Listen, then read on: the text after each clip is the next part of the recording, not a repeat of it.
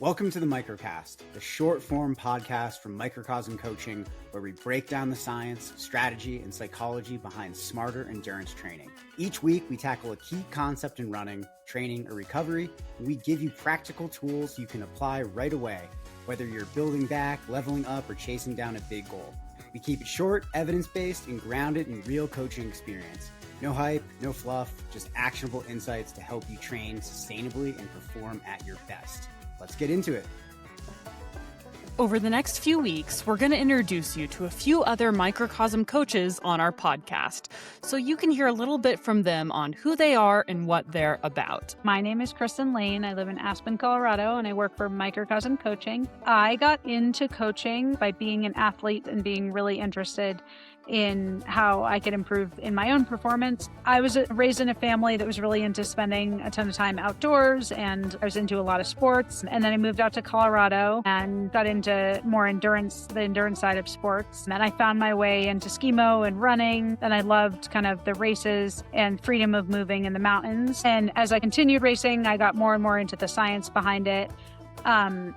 And then I think that I've started out on the slower side and then was mid-pack for a long time and worked my way up. So I think I've seen all the different points that people can be at and realizing what kind of they need to focus on at different points in their athletic journey and applying that into coaching. I really like coaching athletes that have a lot going on because I feel like that is kind of the story of my life. I enjoy crafting plans that are sustainable for athletes that are juggling kids and work and a multi-sport modality. I really like working with athletes that are able to build in fun mountain adventures, whether it's skis, foot, bikes, into their schedule. I think I solve those busy athlete problems of how we can fit this in and how we can be creative and how you can even incorporate some of your kid activities into your training. I do think the problems that I solve kind of better than anyone else are skimo problems because I've made every mistake and now I make it my job not to let myself make those mistakes. So I'm really good at incorporating kind of problem solving into your daily workouts, whether it's transitions at a high heart rate or incorporating more technical skinning or nutrition on cold days, or selecting the correct skins for different climbs. I think I'm good at incorporating that into training to help you utilize that when it really counts. I think applying some of the skills that I've learned into how I coach athletes is helpful, so I know where you're at because I feel like I've probably been there. I love working with multi-sport athletes because I think it's just an awesome way to mix in different and apply different strategies. Like you might have a running strategy that we're transferring over to skimo, or a skimo strategy that you think applies to biking. And I think it makes it really fun that some days you can go out and it doesn't really feel like a chore to be getting your workout done, but you're just having fun Nordic skiing, or you're going to incorporate some downhill laps on the mountain, or you want to go for kind of a fun run as part of a group run. I help busy athletes balancing training and life to make it fun and successful. I want athletes to acknowledge their hard work and feel confident that they can achieve lofty goals. If you want to get to know anyone else on our staff, reach out. We have roster spots available. microcosmcoaching@gmail.com. Welcome back, Coach Zoe. We're back and we are tired. I'm tired. You look fresh, though. I do not look fresh. I can see myself. The camera is on. I do not look fresh. It's okay. I disagree with your view of what the camera Very nice of you, but sees. I am not fresh and I don't look fresh. Do you feel fresh? No, nothing about me is fresh. From a cellular level, deep down? Absolutely not. I feel fully... this not to be a draw, and I don't feel bad, Maybe it's but because you did a 16-hour training weekend or something ridiculous. I did a 16-hour training weekend. Is it 16 hours? 15. 15? Yeah. I would probably be really tired if I'm I tired. was in I'm your sleepy. body. Yeah. You're And, sleepy. being a environmental journalist / science journalist in the year of our Lord 2026 is the gift that keeps on giving. You know what? That's I would say the challenging part about being really great at doing a lot of volume is your coach just keeps giving you a lot of volume. I know. Why? It's the curse of competence. I wish I was bad at my jobs and at running, because then no one would make me do it. You could just rest all day. I could just rest all day because I'm incompetent. But alas, the good stuff doesn't happen when we're on the couch, unless we're talking about recovery. Except for when it does. So Let's not flirt around it today. Let's just get right into the pod. We've got a lot to cover. This is a good one. We're talking about books. You and I have both just read some books that we really like. We're not actually talking about the books. We're talking about the important principles they bring to running. So we're going to be talking about The Way of Excellence by Brad Stulberg and The Score by Thi Nguyen, who I'm interviewing both of them on the Trailhead podcast. So if you're like, oh my God, I love Zoe's voice and I want more of that beamed into my prefrontal cortex, check out the Trailhead from Ultra Sign Up. We just published our interview with Brad last week. This week we published a really cool interview with Christy Schwanden about the science of athletic recovery and what works and what's hype. So if you like this, chances are you will like the Trailhead. So we're going to be digging into some principles both of excellence and of making sure that you're actually running according to your values. So a little less in the hard sciences towards the latter part of this podcast, but still very much using evidence-based frameworks. Just because we're not citing stuff that's in JMA doesn't make it not science. So, well, and also both of these authors are very scientific. Very scientific. Well, actually, one of them is straight up a philosopher, so I will say that's a different thing, but that's okay. He's also an elite yo-yoer and rock climber. I'm not even going to yes and that. I'm just going to let that you don't need to. That's his job. He's a philosopher who rock climbs. And a yo-yoer. He's really into yo-yoing. Which is so process-oriented. And video game design. As we digress, we're also going to get into some hot or nots, and we've got I would say, a pretty juicy, ridiculous listener question. Yeah. One that, this is probably why, this is classic Zoe. TJ was like, we should talk about this a little bit, and I accidentally wrote like 4 pages of notes. So God help us all. Right. All right, let's get into our hot or nots. This is supposed to be a quick fire We round. need more. Send us more comments on the YouTube, on the Spotify. And while you're at it, leave us a review. That actually really does help people find us. Like, comment, send to a friend, engage with us, tell the algorithmic overlords that we are worthy of their time and attention while we make this content essentially for free, because that makes sense and is good. So, but also, we know you guys like it because there's more of you here this week than there were last week listening. So, yeah, just hit that button. Hit that button. All right. Tell us what you want us to rate as hot or not. Join the community. Join the community. All right. Notes on that in the show notes. But let's get on with our hot or nots because these are really good. Onesies for running, hot or not. Have you ever run in a onesie? A runsie. Have never. Yeah. Ever. Or nor would I. For dudes, I think they can be called, instead of a romper, it's a romp him. A romp'em. Romp him. A romp'em. Romp'em. So for my birthday, Kylie actually got me a purple running onesie from like Free People, and it is a lot. That's for like cold weather only. No. It's like a short, like a tank top. It's all one piece of material. Oh, like Serena Williams. Yes. She used to do that at the US Open. Correct. But She's about the only person who could pull that off. I'm not Serena Williams, and I'm so sad about it. I thank you, Kylie, for this wonderful birthday gift. I love it. And the belief that I can rock a purple onesie that also shows like a little bit of midsection. How does that work? I look like I'm in a sausage casing. Wow. Yeah. And what color is it again? Purple, bright purple. I'm going to just go out there and say fashion nightmare, chafing nightmare. There's nothing about this that feels hot except for how little evaporative cooling I'm going to get wearing that. So actually Lululemon designed one for their Further project that has all these places you can stick ice in it. Wow. Huge fan, because then you can look like you're in a sausage casing along with a bunch of ice. A wet ice sausage? Cubes. You can be inside a wet sausage. I think the ultimate flex here is how it communicates how much faith you have in your GI system. But I didn't even think the level of commitment. It has a butt flap, right? No flap. No, if you're going to the bathroom and you're a lady, you're topless doing it. Oh. Yeah. Because it's a sports, so yeah, I get it. Yeah. I can visualize that. Yeah. That's funny. Logistically, it's very challenging. Okay, I'm going not hot. This sounds like a nightmare. If you're one of my current athletes listening to this, please don't purchase one of these for your next race. Zoe, what's your take on this? Thanks, Kylie. Okay. All right. Ankle weights.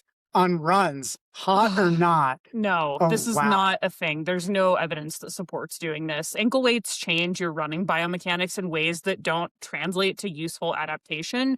They're going to load your hip flexors disproportionately during your and disproportionately load your quads during the swing phase, while also not really doing anything particularly for your hamstrings and glutes. So it's sort of like intentionally creating disbalance. Even 1 to 2 pounds on your ankle creates a significant lever arm because of its distance from the hip joint. So that's going to alter your natural gait pattern, your stride length, and your foot strike. The Mayo Clinic has actually gone so far as to specifically caution against running in ankle weights. So I'm just going to go out there and just say what everyone's thinking. We've all seen the videos of David Roche warming up with alpha flies and ankle weights on. I believe he says, don't do this. I'm just going to reiterate on that. Please do not do that. Yeah. Not hot. Yeah, not into it. I mean, there's a world where like doing some targeted PT exercises with them that isn't running can be useful. But again, no evidence here. And the Mayo Clinic straight up says no. All right. Legs up the wall for recovery.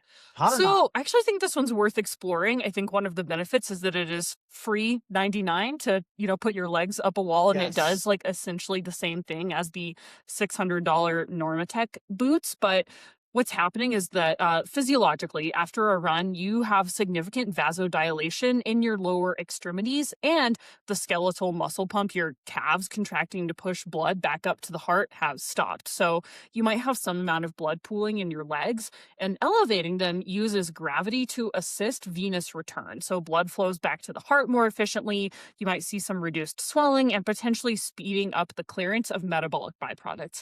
Ideally, after your easy runs, you're not having a ton of metabolic byproducts that need to be cleaned up, but I think this can be particularly useful after a long run, after a workout. There was actually a study published in Nursing Reports that found that even 15 degrees of leg elevation significantly reduced ankle and calf swelling and improved comfort of perception opposed to lying flat. If you put your legs straight up a wall, you also get a gentle hamstring stretch.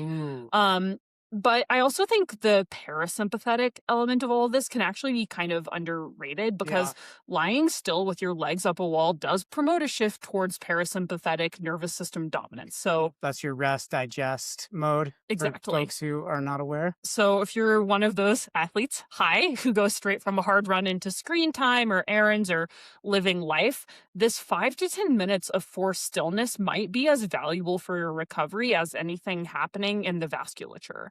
So you're down-regulating your nervous system, and that's actually good and important. But there's also some limits to the miracle of putting your legs up a wall.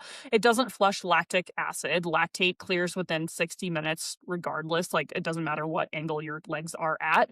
It won't accelerate tissue repair or replace any other important recovery modality. In terms of like stimulating lymph, if your lymph isn't moving, that is a medical issue that can't be solved just by putting your legs up a wall, and you would need to see an actual healthcare provider about. It's not a substitute for any actual recovery modality. Yes. Rest. It is rest. We love a good rest. Yeah. I say hot if if it makes you feel good. Yeah, same. Love it. I like it. Okay. I can't wait to tackle this juicy listener question about the 3,000 mile guy. That's a guy. Wow. Obviously. Only a dude. All right. Take us there, TJ. Okay. This came from the community. Thanks, community. Thank you for sharing. This is so good. There is a dude in my city, like 23 years old, who ran 2,500 milers last year and is doing 30 this year. I run past him often and always wonder how this works. Is he some type of genetic outlier? I don't ask this because I want to scold him. It's just, I'm asking because it seems like he's doing something that contradicts what I've heard here on the podcast and what I understand. So even if it is not just for me, I do think what he's doing is cool. What's your take? I love this listener's compassion and ability to say, like, what's actually going on here. I want to understand. I don't want to scold. Yeah. And like, I think that like something I'm getting more comfortable saying in my athletic journey and training is like, good for you, not for me. Yes. You know, like Yes. maybe that works for you. Rock on, sister, brother. But like, I'm not doing that. And, you know, I will give my brutally honest take as I love the curiosity here. We're not the running police. This person is an adult, albeit a 23-year-old adult, which important. And their choices are theirs. You do what your body, what you want with it. God bless. But as coaches, as a coach, I'll say for myself, I would actively discourage this for anyone and would feel uncomfortable about participating it in any way, not because it's not impressive, but because science tells us the body needs real recovery after a 100 miler, and real recovery doesn't fit neatly into a schedule of 30 per year. And I would be hesitant to participate in anyone's behaviors that are actively harming them. Yeah, so let me jump in for Please do. folks out there, especially our non-100 milers, maybe some of our marathoners who are listening to this. What happens when we do just 100 miler? What happens to the body here? So again, this is stuff that most people don't see, but if you've run 100, you feel this in some way, shape, or form.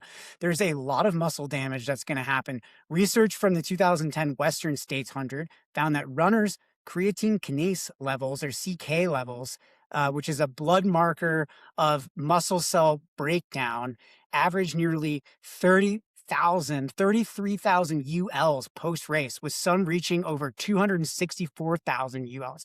So for context, yes, a healthy CK level is under 200. So we're really at clinically high level. We're going to be in an emergency. That's like hit by a bus levels of CK. Exactly. And again, like this is part, like I love doing 100s. I'm kind of a 2 big races a year kind of gal for my lifestyle and what I understand about my physiology right now. But also, this is 16 hours a weekend. 16 hours a weekend. But also, gravity is a thing, no matter how good at running you are, no matter how 23 you are. When you have this kind of level of CK, you basically clinically have rhabdo. Yeah. And that's a serious issue. Your kidneys are completely overwhelmed. You have so much protein in there. That stress is real. It's documented. We have a lot of research on this. And I also want to mention transient acute kidney injury, or AKI, is a common biochemical finding after ultras. In a study from Western States documented 4 runners over a 3-year span who required prolonged dialysis of 10 to 42 days after the race due to rhabdo, combined with hyponatremia and heat stress. The combined heat and runnable downhills of Western States make it particularly and how early in the year it is, I think, make it particularly gnarly for rhabdo. Like, so after hundreds, we're not talking about like some soreness happening here, guys. Like, we're talking dialysis. Our bodies are in trouble after these races. It's a really big deal. I think it's dangerous to romanticize. Again, like we're not trying to fearmonger. Let's just talk about like what is actually going on. And also, I don't think it's helpful to romanticize this shit or to say that like whatever shit on social media is more important for your decision making than, again, the biochemical reality of what's happening in your body. And let me just make a couple more points on this. Jump in. Then we can talk about this, what happens when we multiply 100 times 30. But the endocrine system is going to take a hit too during these races. A study published in Wilderness and Environmental Medicine measuring hormonal responses in men who completed Western States. I love this is all done by Western States. Right? There's just like around the track in Auburn, there's like a million people in lab coats trying to poke and prod every runner that finishes. Yeah, exactly. These guys noted significant suppression of testosterone and to help me out with this pronunciation. Luteinizing hormone and markedly elevated cortisol and also crashed testosterone to cortisol ratio. So this indicates a strong catabolic state. Not good. Not what you want. When you have this level of hormonal disruption, it can last for days after the race. 8 of these 12 subjects had pre-race testosterone below the normal reference range, even before running. So that also suggests that just training for these things alone can cause chronic suppression. Yeah, I think that it's just important to note that recovery can take longer than people think. And just because you don't see it or feel it in the form of DOMS doesn't mean it's not real or important and worth considering. Again, more research from Western states participants found that while muscle pain and fatigue tend to resolve within 5 days on average, give or take, functional running speed had not returned to baseline within that time frame. Muscle strength, neuromuscular function in this study were found to be diminished up to 9 to 14 days after this 100 miler. So experts have recommended avoiding strenuous endurance exercise for a minimum of 2 weeks post 100 miler, with full recovery taking longer. We haven't even talked about basal metabolic rate being high for that 2-week period as well. So your caloric needs are amplified significantly, and a lot of athletes are already jumping back into training and depleting those glycogen stores, exacerbating and prolonging the recovery process as a result. Okay, let's multiply this by 30 because it's laughable, but just think about what we lined up and multiply it by 30. Remember, we're not probably recovering very well if we're fitting in 25 or 30 100 milers inside of a year. It takes 14 days to recover, so the math doesn't What is math the math on this. What is the math on that? If you tried to run, again, if you were spacing these evenly, which I don't know this person, I decided to not look them up because I might have a stroke. But if you're running 100 milers in a year, that's basically 1 every 12 days. So if your body needs a minimum of 14 days to recover from a single 100 miler, and again, likely longer for full repair, hormonal normalization, immune recovery, you're lining up for your next race before the last one is anywhere near healed. So you're just accumulating damage faster than you can repair it, which can lead to issues with overtraining syndrome. You can see immune suppression. It increases your risk of relative energy deficiency in sport.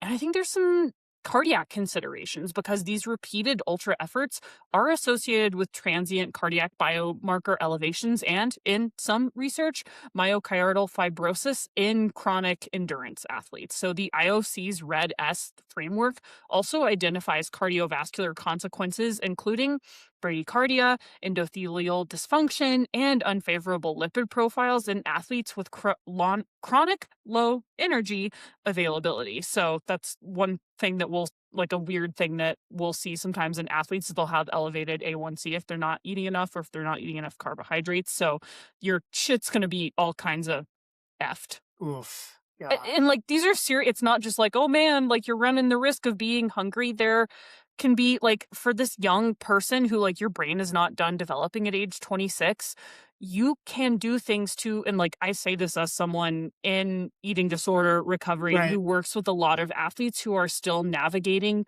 the long tail impacts of decisions we made in our early 20s, and particularly for female athletes because of bone density concerns. Decisions you're making when you are that long, you will live with those choices for the rest of your life. You get one skeleton. You get the one heart for most of us. And so you're going to be living in that body forever. Is it worth it for the fucking kudos, guys? Maybe when you're 23, you think it is, but the reality is... As someone who's seen the havoc that it does to people's bones, to people's GI system long term, you might be putting a cap on your ability in your 30s when you're actually peaking in terms of your endurance capabilities. You might be putting an artificial limit on what kind of training volume you're able to do in the future if you fuck your endocrine system up in your 20s. And I think, there could be an argument to make here that, okay, maybe this athlete is a genetic outlier. Their CK levels aren't as high. I'm confident that they are a genetic outlier, having already done 25 of these bad boys. I mean, that's pretty ridiculous that they can do that, and amazing. Kudos there. And they're probably, not like one of our listeners who's out there trying to progress, trying to get better year over year. I feel like we probably don't poll very well with influencers. Yeah, they're just trying to get 100 miler, as many 100 milers accomplished as they can. They don't care the speed or how well they're doing it. And that's just a totally different approach. I mean, that's just not the approach that we're advocating for. Yeah, but being able to survive something is not the same as it being good for your body. The human body is amazing. It is remarkably adaptive, and we are able to push our limits in ways that are fascinating, are wonderful, and beautiful. There are things that I do want my athletes to experience.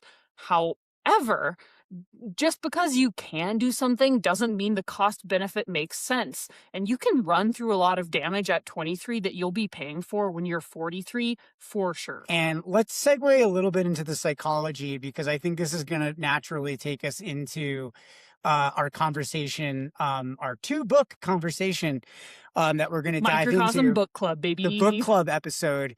But if we think about, let's just think about attention economy for a second. Yeah. You know, the number 30, oh, wow, that's kind of neat.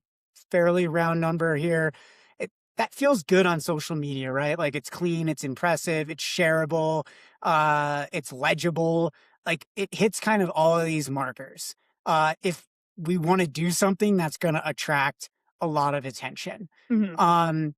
And I think, again, like, that plays into this dopamine loop that happens when we're on social media. Yeah. Right? I think it's important, like, social media platforms engineer variable reward schedules. So what that means is they function like slot machines. You cannot predict the ways in which they will reward you. Something that historically, like posting that you finished a 100 miler, maybe that would have gotten you hundreds of likes in the past. Maybe it'll only get you a dozen. That's how these platforms keep you coming back. Because if you know you're going to get the same reward every single time, you will actually eventually get bored with it.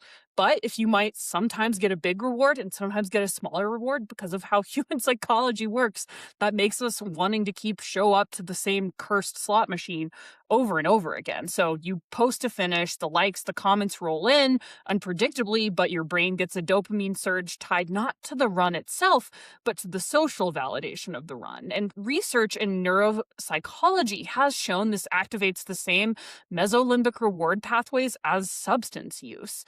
Over time, substance abuse, I should say. And over time, the brain starts to need more stimulation. So you see people chasing increasingly bigger feats, bigger numbers to achieve the same reward.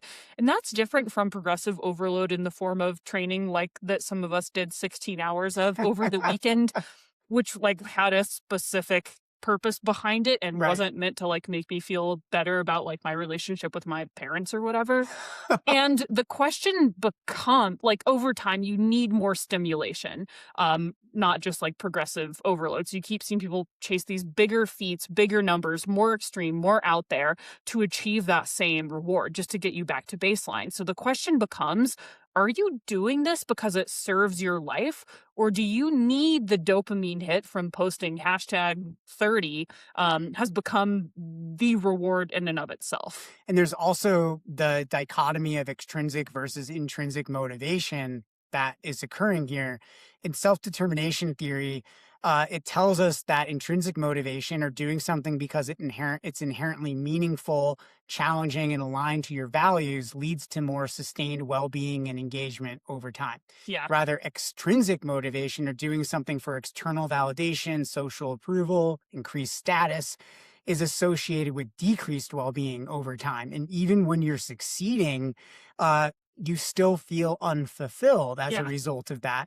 So you might think maybe I need to run that 31st 100, but no, it's just because your heart wasn't in it all along. It's not because you didn't do enough. It's because you did whatever you did for the wrong reason. Right. You were doing it for something that was lying outside of yourself, which is, unfortunately, that's an inherently flawed reason to do something. Yeah. The identity fusion here, I think, is also important to talk about. And so when your identity becomes fused to, I'm the kind of person who runs 30 hundreds a year, your identity is becoming so narrow and so fused with a specific metric that what happens if injury stops you? Yeah. What happens if life throws something in your way and you're only able to run 2800s in a year? Can you manage that? Typically, when you have something that is so myopic as 30 hundreds in a year, if you can't achieve that goal, it not only becomes, well, I didn't achieve that goal, it becomes a failure of who you are and becomes an identity crisis. Yeah. Which puts you in a psychologically fragile state. I think we'll probably tie this in a little bit more with our conversation later. I don't know if we want to do a little bit of a spoiler on that, but it feels really relevant. Yes. So here's kind of what I would say to our athletes. If no one saw it, you couldn't post it on Strava, Instagram, couldn't do a podcast interview, no attention at all, would you still want to do this? And if the answer is genuinely yes, that's one thing. And that's an important data point. And humans are crazy and we are all kinds of different ways. And I can respect that that person likely exists. And I hope that their PT has an extremely nice second home because of it. But if the honest answer is probably not, then the attention economy is the engine, not your desire, not your motivation. And your body is the fuel being burned so that Mark Zuckerberg can buy one more whale for his whale fighting ring or whatever he's into these days. So I feel like it's fair to say, if you're running 25, 30 hundreds in a year, it's probably not a whole lot of room for anything else in your life. Yeah, good luck with your dating life is what I would say. I mean, your relationships, your hobbies, the other your grocery bill, pursuits. Yeah.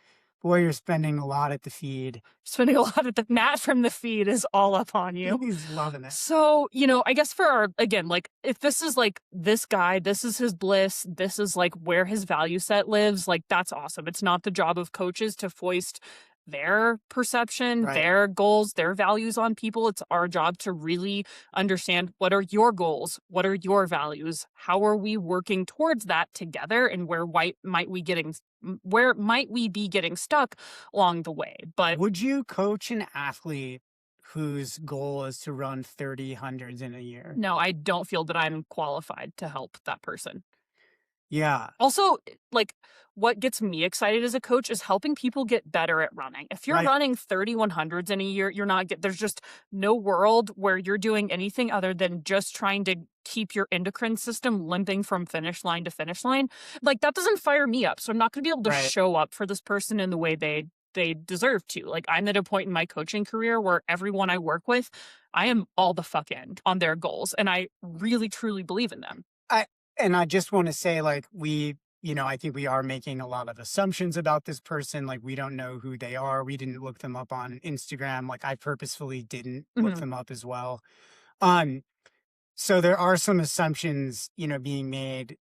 I personally don't feel you could, for me, this doesn't align with my value of excellence. Right. I don't feel you can run 25 or 30 milers excellently in a year. Maybe you could get by, but I don't feel that you could pursue the highest expression of your personal performance in any of these events, given the time kind of limitations. I have worked really hard to get the certifications and education I have as a coach, and I'm looking for something that goes beyond just damage control in how I work with my people. Yeah. That's just not where my stoke is. And I hope this person does have a really great support team, because I think you need it when you're doing something like this. And that's my hope. And again, I would just say for athletes, the goal here is not to shame or scold anyone. It's sure. What can we learn from this discussion? And obviously you can tell we have a lot of feelings about it. So rather than necessarily leaving people with a judgment or a, thumbs up, thumbs down, hopefully if we all sit in our complicated feelings about this, how it intersects with the attention economy, how it intersects with human biology, physiology, psychology. I think it's complicated. Ultimately, I'm pretty clear on where I fall on it, but hopefully other people have, hopefully this was helps other people understand their own motivations and their own values in a slightly different way.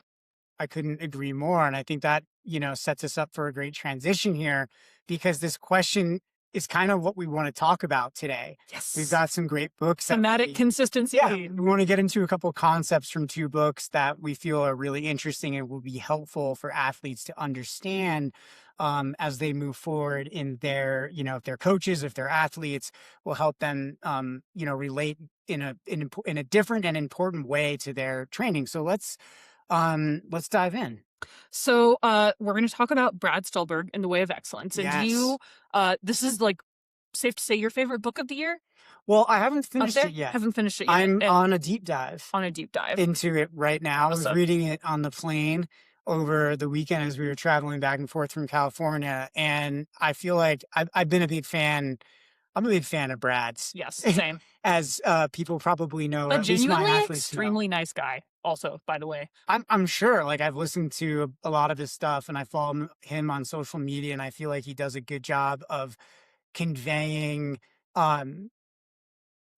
certain ideas, philosophies, or like principles Yeah. in a clear and concise way. And I really like that. Like, it's easy to understand the concepts that he is advocating for.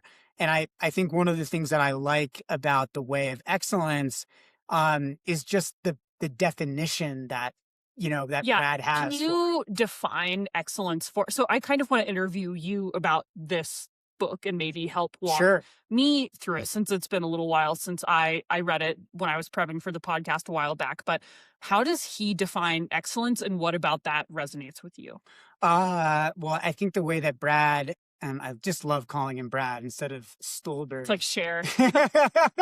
The way that Brad He's like Stulberg, Cher for dudes that like LinkedIn. Right, exactly. I think he defines excellence as involved engagement in something worthwhile that supports your values. Ooh, okay. So what is it not then?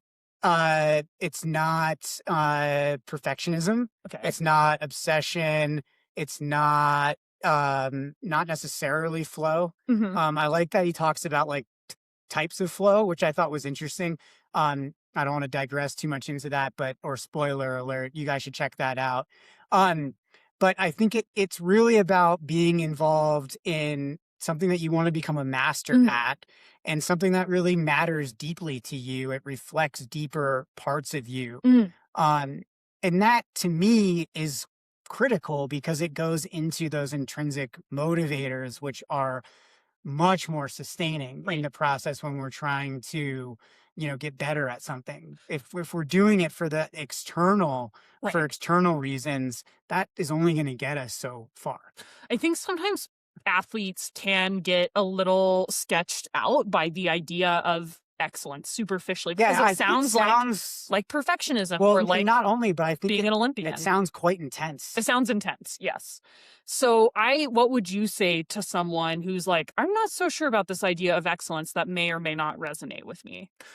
Well, I would think about something that you deeply care about, and why that matters to you and why you pursue it. And then, maybe why you're judgmental about pursuing excellence in that.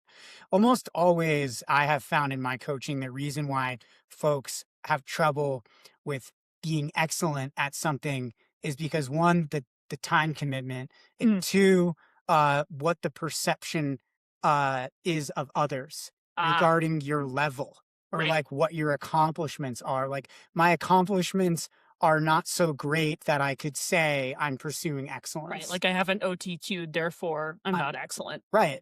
Like, where I hear this sometimes with athletes who like want to make the jump between like, I'm just trying to finish a race and I'm trying to finish a race as well as I can, is like, well, what if it's just so much easier for me to like not try to be excellent, because I can really protect my identity. Right. Oh, if I didn't actually try my best at this, then I have something to fall back on to tell people like, well, I didn't really try. So it's like not that big of a deal, right? Like, it's way harder to manage not getting what you want when you've told people and you've told yourself, I'm committed to this and I'm going to, do everything I can to get the best possible outcome. Reading this book, one of the things that I found that really connects to our coaching philosophy is the idea of how stress and meaning are in relationship, how those two things matter for each other. I'm curious if you could just touch on that for a sec. I think it's really simple. Like, we've used this simple kind of understanding of growth as stress plus rest equals growth, right? Yep. Too much stress without rest is exhaustion. Yeah. It's like dysfunctional overload or unfunctional overload, essentially. Non-productive. Productive stress. So, this is kind of like training periodization in its essence. Like we stress, we rest, and then that's how we experience that growth and that adaptation. But there is something that like I feel like in the book there's like a critical add here, in that stress is mediated by meaning in a lot of ways. Tell me about that. The same workload, fundamentally, it could have different hormonal and neurological responses depending on, whether it serves a purpose you care about or whether it doesn't. And this is like pretty like important for athletes to understand, because it goes into like the psychology of belief. It goes into the psychology and the importance of understanding our values, picking correct goals, and our view of our ability to, actually be able to grow, and how those things really matter. What is our view of our ability to handle stress? And the research shows that the body literally processes effort differently when it's meaningful to us. And so often that's something that is overlooked, and we have a critical view in culture that like stress is bad. Right. But like we also have a lot of research in neuroscience and psychology that if the things you tell yourself about that stress is positive, like I can handle this stress, you have a more higher likelihood of a better outcome, health, physical, you reach your goals. Rather, folks who are like stress is bad or I can't handle this sometimes have worse health outcomes. Yeah, I think this really ties to one of the ideas he talks about, is the idea of zombie burnout, which is what it's a specific type of burnout that comes from doing too much but not doing enough of what lights you up, or like what connects back to your values, like going through the motions without connecting them to why you started in the first place, which is why we're so passionate about helping athletes understand the physiology behind running easy, running hard, long, like understanding why we're doing things is important, not just because like whatever, we're science geeks, but because when you understand it, you will execute it in a totally different way. And being incurious is a strange to me way of showing up in training, of like, I don't care what's happening, I'll just do it. Like, that's fine. But when you understand what's happening, the way that you inhabit your training and the way that it impacts you is totally different in a way that's really important and worth acknowledging. So I also want to talk about, in this book, he lays out the 4 phases of competence, which I think is really a good corollary for many athletic journeys. So I'm curious if you can just walk us through the 4 phases of competence, what they look like and what this means for athletes. Yeah. So this is one of my favorite parts of the book so far. So phase 1 is unconscious incompetence. So essentially you don't know what you don't know. Yeah. And this is like the brand new runner who signs up for a marathon because their friend, did one or is doing one. They have no concept of periodization. They don't understand easy pace, fueling, or what a training block even looks like. They're enthusiastic, but they're totally clueless. They don't know if they're doing things right. And the danger here is like, it feels really good, but you don't know enough to know you're doing it wrong. Yeah. And so you could get hurt. It's just so easy to quit. Like, it's just a tough phase. This is the phase where everyone thinks that running hurts your knees. Right. It's like, no. So phase 2 is conscious incompetence. So you're getting good enough to know how much you don't know. This is where people hire a coach, I think. Yeah, this is where they're like, so too. Oh, I need to phone a friend. Right. Like, you've been running for a while, you got a couple marathons under your belt or something, and you're starting to read up about training. And you're like, wow, there's a lot here. Maybe you're listening to podcasts. You're trying to figure out, like, how do I organize things? How do I, like, actually start to get better, to progress? And you realize, like, wow, there's so much here that I don't know. Mm-hmm. Like, I don't even know if I'm running easy. Yeah. I don't even know if, like, I'm doing enough training to support the goals that I have. Where, like, how do I get from where I am to where I This is where people fall into the trap of getting obsessive about data and getting way too into heart rate zones, Strava segments, like print to order training plans and cling to them like a life raft, which makes sense because when you're overwhelmed, when you become aware of how much you don't know, it's easy to become overwhelmed by it. So external structure feels safe. And this is also where, like, most people quick, right? Like the gap between I thought I was okay and I actually have a lot to learn that's tough. can feel so overwhelming and just soul crushing. But I actually think this is the most important phase because that awareness is the real prerequisite for growth. I love that. I love that. Phase 3, conscious competence. Ooh. So you can do it, but you have to still think about it. Yeah.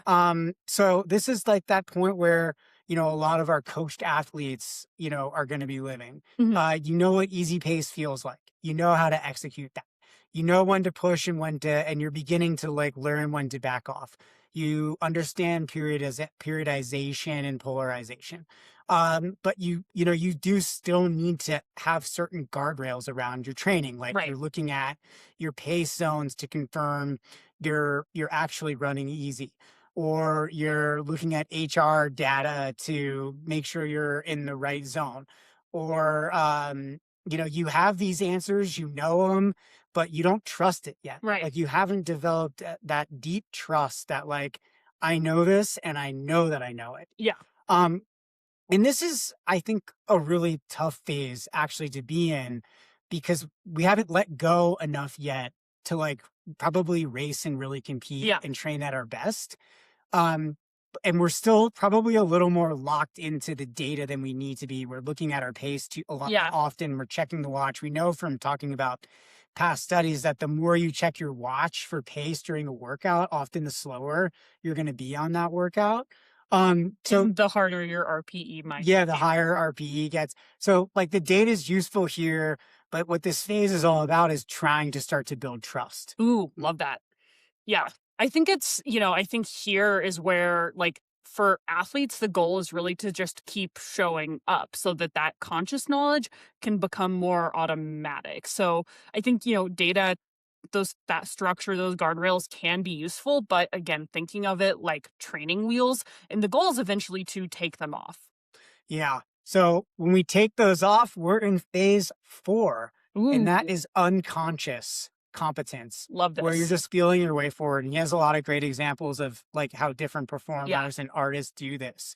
But essentially like this is like that experienced runner who says like, I just found the gear, or I just settled in, or, when like an athlete asks me like, how do you know, like you're doing a 50K and you say you can run at RPE 7 for 2 hours of that 50K, how do you know when to do that? And my answer is just like, I just know when to do that. Yeah.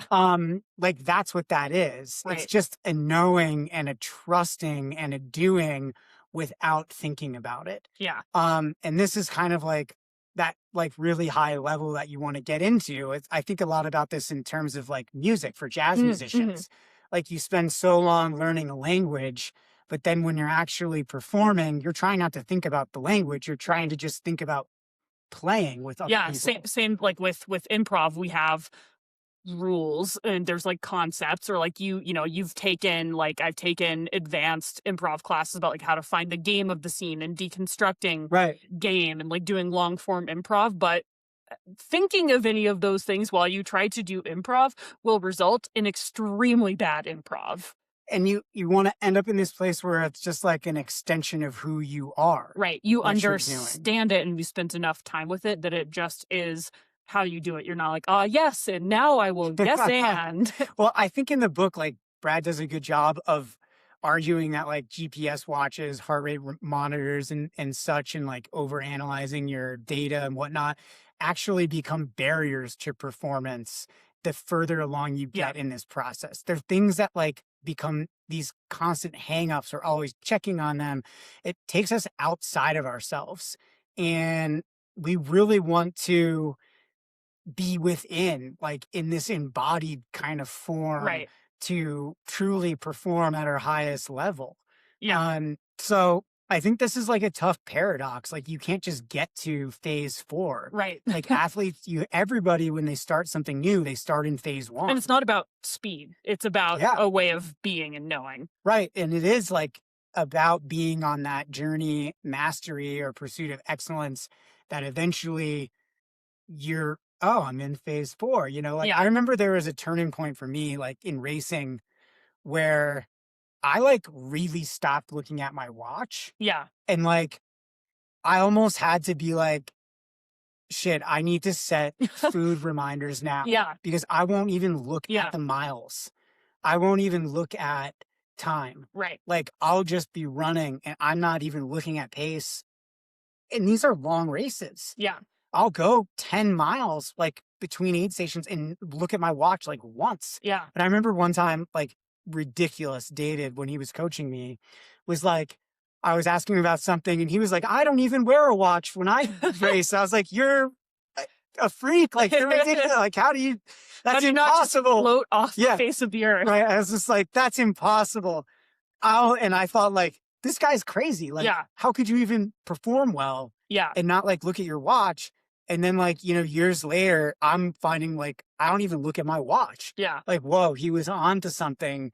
I race so much freer when I'm not looking at it. Because you know what it should feel like. And also you're you're not competing against your watch or the numbers. Like, you're there with other humans on planet Earth. And so often again, like, I wouldn't necessarily advise throwing your watch out the window. I think there can be, like, if you know approximately what your pace is on like corollary terrain, being like having some, you know, senses there isn't always unhelpful, but it's such a process of experience. Correct. Yeah. And having been in those other phases and, you know, continuing to come back until you know, eventually you graduate. And that's why it's so hard when athletes are like, well, how do I race? To be like, well, if there was like a cute phrase or if there was an algorithm we could follow that is like, and here's how to perfectly meter your effort when racing, like, we'd be millionaires and not, you know, using this like shitty $20 mic in my home office to do this podcast. We'd be on a beach in Bali doing not this podcast. And you just have to trial and error. You learn by feeling your way forward. That is truly the way to do it. Like, if your heart rate could tell you how to race perfectly, we wouldn't have races because Katie Scheid and Courtney Dauwalter would just be looking at their heart rates, and they're not. Right. They're not, really. They really aren't. And I think when you hear somebody like on whatever, a podcast, be like, I was just looking at making sure my heart rate stay between this and that. I'm like, yeah, dude, you're like a beginner. Yeah. You're not a very advanced athlete if you're looking at that. And I know for sure it's, you know, not like David will go and say, like, on a podcast, like, to run Leadville, I knew I needed to be like around this heart rate. But like when he was racing, he's really not looking at that for sure. He's spending much more time thinking about the feeling. Yes. That's the level that you have to be at to have those results. It doesn't happen without that. Yeah. Before we move on, I did just want to mention, you know, how athletes can work on this. Okay, tell me. And I think the biggest thing is associate each part of your training with RPE. Yes. It's the first way to learn feel. Yeah. What does 4 out of 10 feel like? What does an easy run 5 out of 6 feel like? What does moderate running 7 out of 10 feel like? What does threshold 8 out of 10? What does VO2 max 9 or 10 out of 10 feel like? Right. Like, if you focus and you try to actually focus more on the feel than what those numbers are, that is the faster track. For sure. To phase 3 and to phase 4, which you're going to have better results in those phases. You can't skip these phases, but that's a good way to become more mindful and attuned to this. And I think it also, to segue us into our other conversation, I think that's also a great way to avoid some of the traps that the metrics have. Right. And when they capture us, that can be a big challenge. So let's talk a bit about that. Yeah. So I guess, like, just to put a finer point on it, you would recommend The Way of Excellence? Yes. Oh my gosh. Recommend from Coach TJ. Yes. Join please. the Microcosm Book Club. Join me. So the book I'm talking about is The Score by Dr. Nguyen. And it's so funny. I literally, while I was reading it, one of my athletes, Paul, texted me. It was like, you've got to read this book. It made me think of you. And I was like, I feel so seen. That's the best. Shout out, Paul. So he's a philosopher at the University of Utah who studies games and game theory. So his central question is, why do scores feel liberating inside of games, like board games, video games, and in sports, but feel so deadening when you apply them to the rest of your life? Thinking of things like GPA, Instagram likes, 5-star reviews. And he had his big, like, sort of central idea is that of value capture. capture. Yeah, tell us about that. Our real values in real life are rich and subtle and nuanced. But institutions and platforms present us with these simplified, quantified versions rather than like my value might be knowledge and curiosity. That's very hard, that's very subtle. But and Garmin's nuanced. Garmin's value might be your readiness score. Right, or the GPA as a proxy for knowledge, Sure. right? Like that's a much easier thing to satisfy. Or for me, my value might be pushing my limits as an athlete. Strava will substitute in the Strava segment, Yeah, which is not as rich and nuanced and is a little bit further abreast from my true values. So that's value capture. The metric starts to replace the thing it was originally meant to measure. So the core argument here is that metrics only capture what is easy to measure, not what actually matters. And a lot of times those things tend to be pretty different. And the price of that clarity is your independence and your ability to define success on your own terms. So I'm not about to argue people out of throwing their watches into the ocean, but to get curious about what your values actually are and the ways that value capture might inadvertently be incentivizing you to stray from those values. So list out a couple, metrics that might capture a runner. Weekly mileage, pace per mile, Strava kudos, finish times, age group placement, FKTs, buckle counts, vertical gain, number of paces per year. Looking at you, 30 races a year guy. And what those metrics fail to, those are all easy to measure. You know exactly what they mean, but what they don't capture is how a run made you feel. They don't capture the sunrise on that early long run, the confidence from finishing a hard workout. They don't capture the friend you ran with, the injury you prevented by not running. They don't make space for the mental health benefits of exercise, the way that running makes you a better parent or partner or dog mom. And I think, a lot of folks will relate to sort of the example of Strava when many of us probably have the experience of going for a gorgeous run. We feel fantastic. We just throw down. It feels great. We have a great conversation with a friend. We upload it to Strava and it says, it shows you that you ran it slower than you have been. You didn't get any trophies. You didn't run any top 3 fastest times. And suddenly the way that you experience that run feels like a failure. Right. I share this because I know I have fucking felt it. Oh, me too. And so I am many times. Good enough runner, and I know that I can sometimes outsource the validity or the success of my run to this dumb app that I pay to make. Not only that, but your well-being. My well-being, and so suddenly that run will feel like a failure, and the score replaced the actual thing in and of itself. So that's value capture in a nutshell. So again, I think this is a pretty compelling argument for RPE, which is inherently subjective and not quantifiable in an overly simplistic way.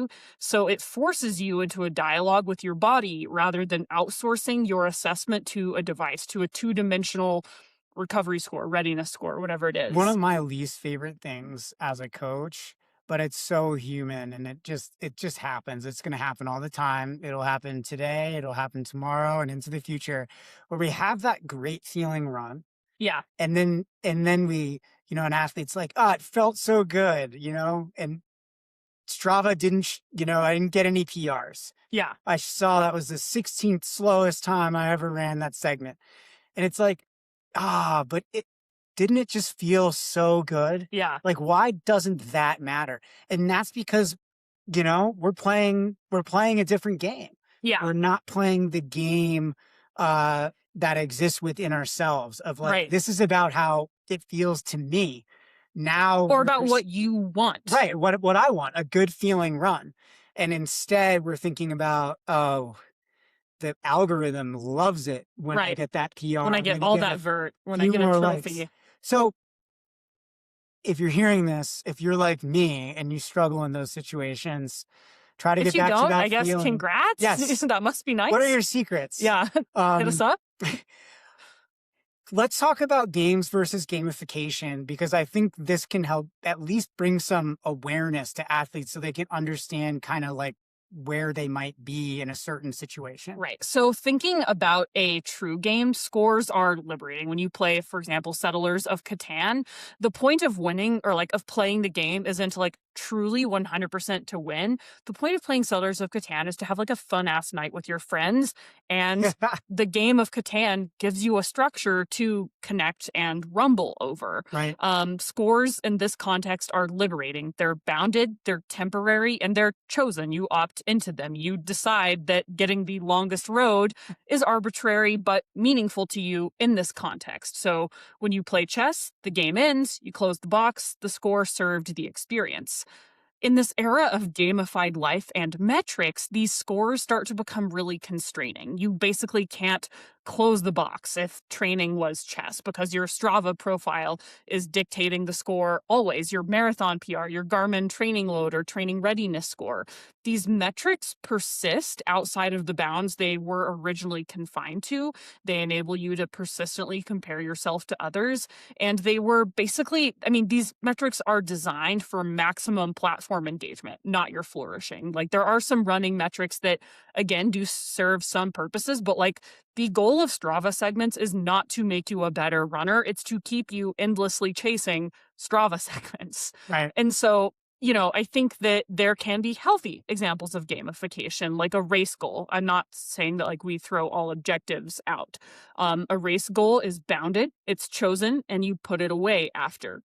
But when I need to PR every race or I need to maintain XYZ weekly mileage becomes an unquestioned identity metric, you've been captured. You're now playing someone else's game. You stopped choosing the game chose you, and that's why these things that a lot of us end up chasing or feeling so beholden to are so deeply unsatisfying. Should we talk just really briefly about the two types of players that kind of emerge in games? Yeah, I think that Nguyen talks about two types of Like players. the striver? The striving player and the achievement player. Yeah. The striving player is the person like me who plays Settlers of Catan because it's fun, but like I have zero feelings about my worthiness as a human being if I get the longest road or not. I am playing to be slightly better at playing Settlers of Catan.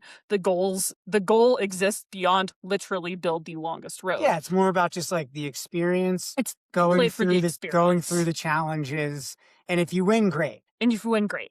The achievement player is playing purely for the achievement. Right. And I think this becomes complicated in the context of training and competition like you and I, because like I do want to achieve. Right. However, it is certainly not the only reason I compete. I mean, particularly at the 100-mile distance, there is so much of that competition that is not the second you're crossing the finish line. Yeah. So inherently, if you're an achievement player in the context of running, you are going to be extremely tired and unsatisfied because you're never going to be able to live up to your own desire to achieve. Whereas striving players, again, the achievement is nice. That's an added bonus, but your primary satisfaction actually comes from doing the thing.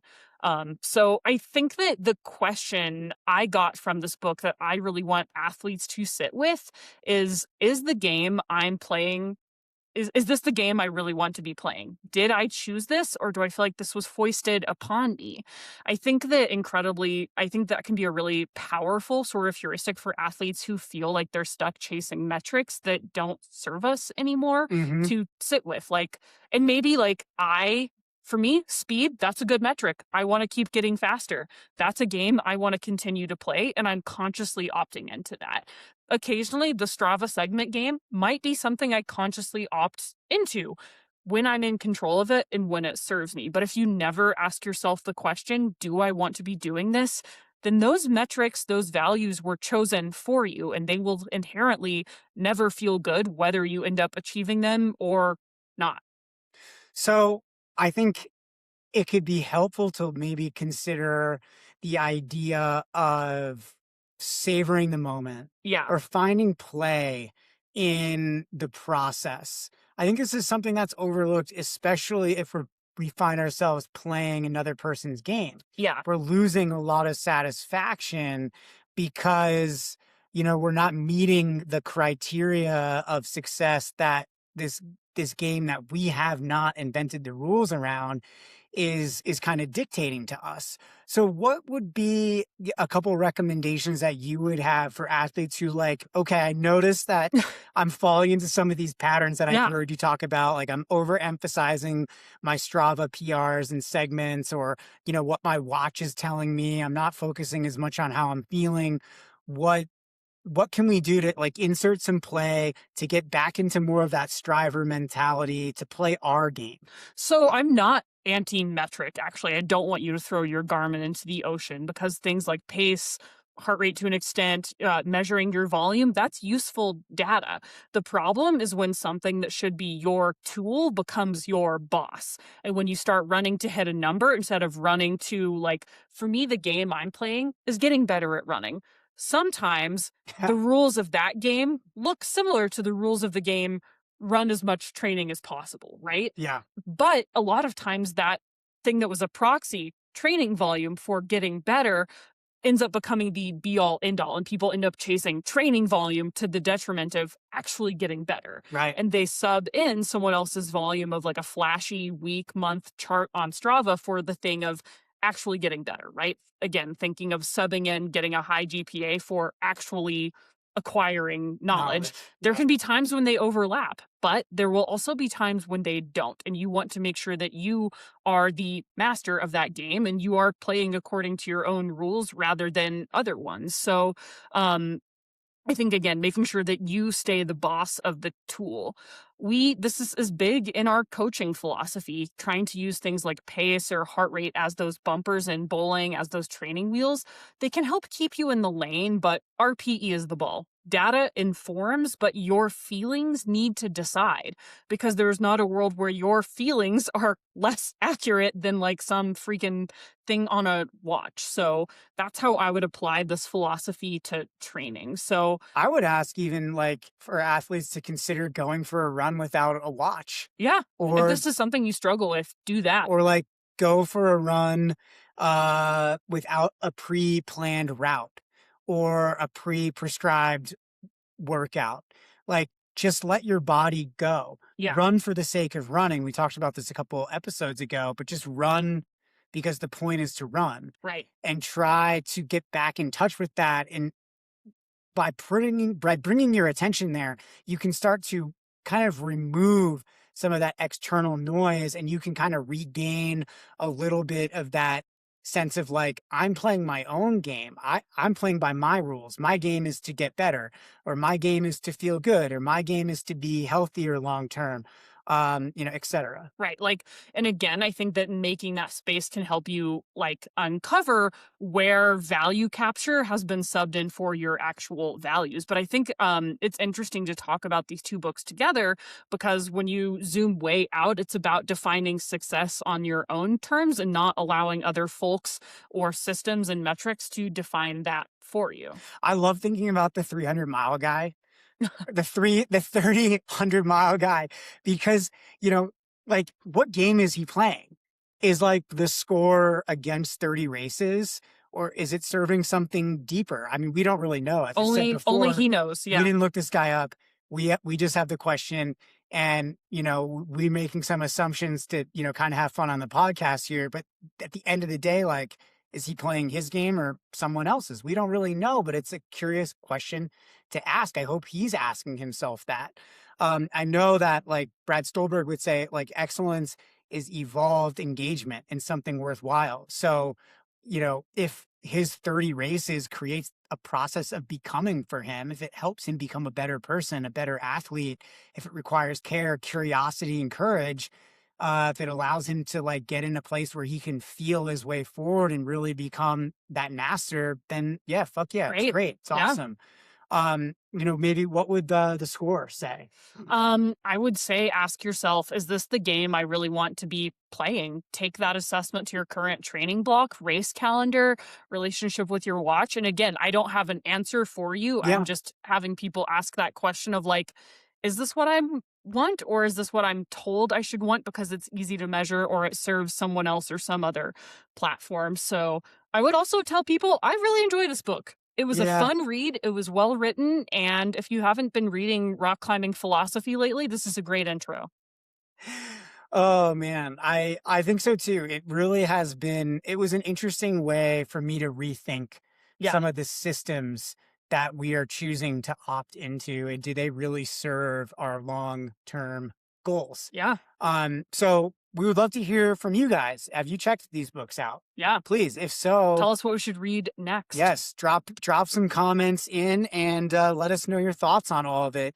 Again, microcosmcoaching@gmail.com and microcosm-coaching.com. We love hearing from you guys. Please rate and review and like and subscribe and all that stuff. And we'll see you. Capture our values. Yeah, we will see you next week.